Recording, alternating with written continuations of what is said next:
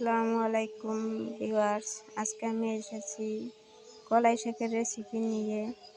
আমি একটা কড়াইতে তেল এবং পেঁয়াজ কুচি দিয়েছি, এর মধ্যে দিয়েছি চিংড়ি মাছ। চিংড়ি মাছের মধ্যে আমি 1 চা চামচ হলুদের গুঁড়া এবং হাফ চা চামচ মরিচের গুঁড়ো দিয়ে দিলাম। এখন আমি এগুলো তেলের মধ্যে নাড়াচাড়া করে দিলাম। দিয়ে দিচ্ছি একটু পানি।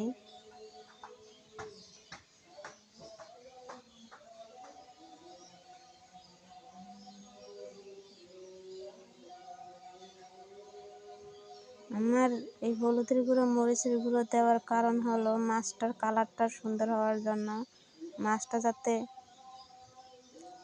হলুদ দেখা যায়। আর যদি হলুদের গুঁড়ো মরিচের গুঁড়ো না দেই তাহলে আমার এই মাছটা সাদা দেখা যাবে, দেখতেও ভালো দেখায় না। এই কারণে আমি একটু হলুদের গুঁড়ো মরিচের গুঁড়ো দিয়ে দিছি এবং আমি এগুলো ভালোভাবে নাড়াচাড়া করে একটু কষিয়ে নেব, যাতে হলুদের গুঁড়োর গন্ধ আর মরিচের গুঁড়োর গন্ধ না থাকে। আমি দিয়ে দিলাম লবণ।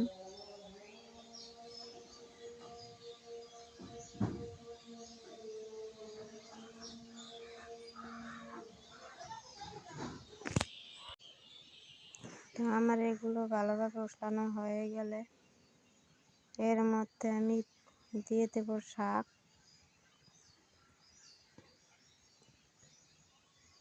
তো আপনারা যদি শুকনো মরিচের গুঁড়ো দেন, এতে আপনারা মরিচের গুঁড়ো না দিলেও হয়। তা আমি দিয়ে দিলাম, আমার একটু জালটা বেশি খাই, আমার জাল ছাড়া ভালো লাগে না, এখানে একটু মরিচের গুঁড়ো দিয়ে দিছি।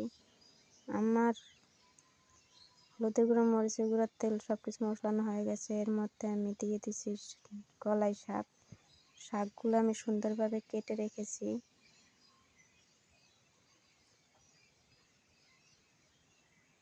তো অনেকেই হয়তো এই শাকগুলো চিনেন, অনেক দেশে চিনেও না। তো যেসব বন্ধুরা এই শাক চিনেন এবং যারা এই এখনো খেতে পারেননি তাদেরকে দাওয়াত রইল আমার বাড়ি। তো আমি শাকগুলো সব দিয়ে দিলাম, দিয়ে এখন আমি উপরের শাকগুলো নিচে দিয়ে দিলাম এবং নিচের শাকগুলো উপরে দিয়ে ভালোভাবে নাড়াচাড়া করে দিলাম।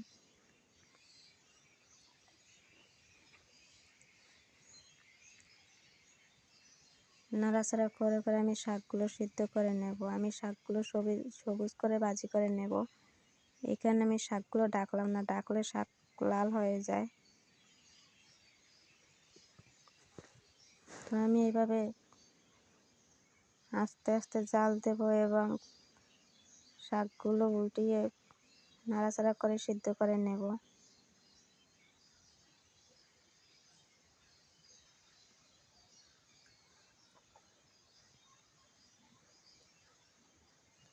তো কম বেশি এই শাকটা সবাই পছন্দ করে এবং অনেক দেশেই পাওয়া যায়।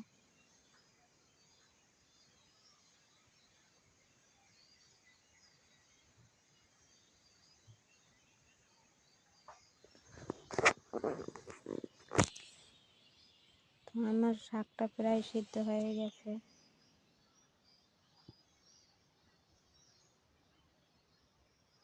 এবার নাড়াচাড়া করে করে সবুজ কালার থাকা অবস্থায় শাকটা সিদ্ধ করে উঠাইলে এই শাকটা খেতে খুব ভালো লাগে।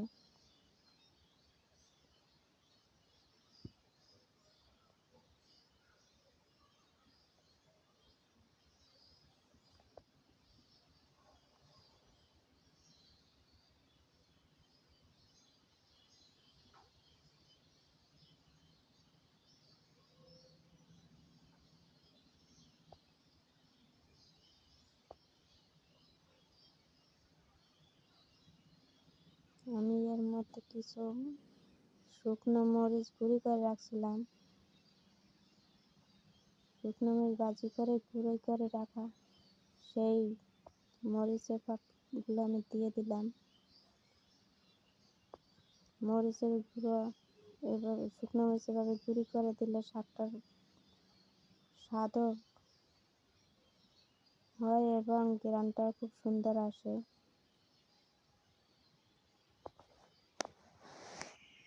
তো আমার চ্যানেলে যারা নতুন আছেন সবাই আমার চ্যানেলটা সাবস্ক্রাইব করে দিবেন, এবং যারা আমার চ্যানেলটা সাবস্ক্রাইব করেছেন তাদেরকে অসংখ্য ধন্যবাদ।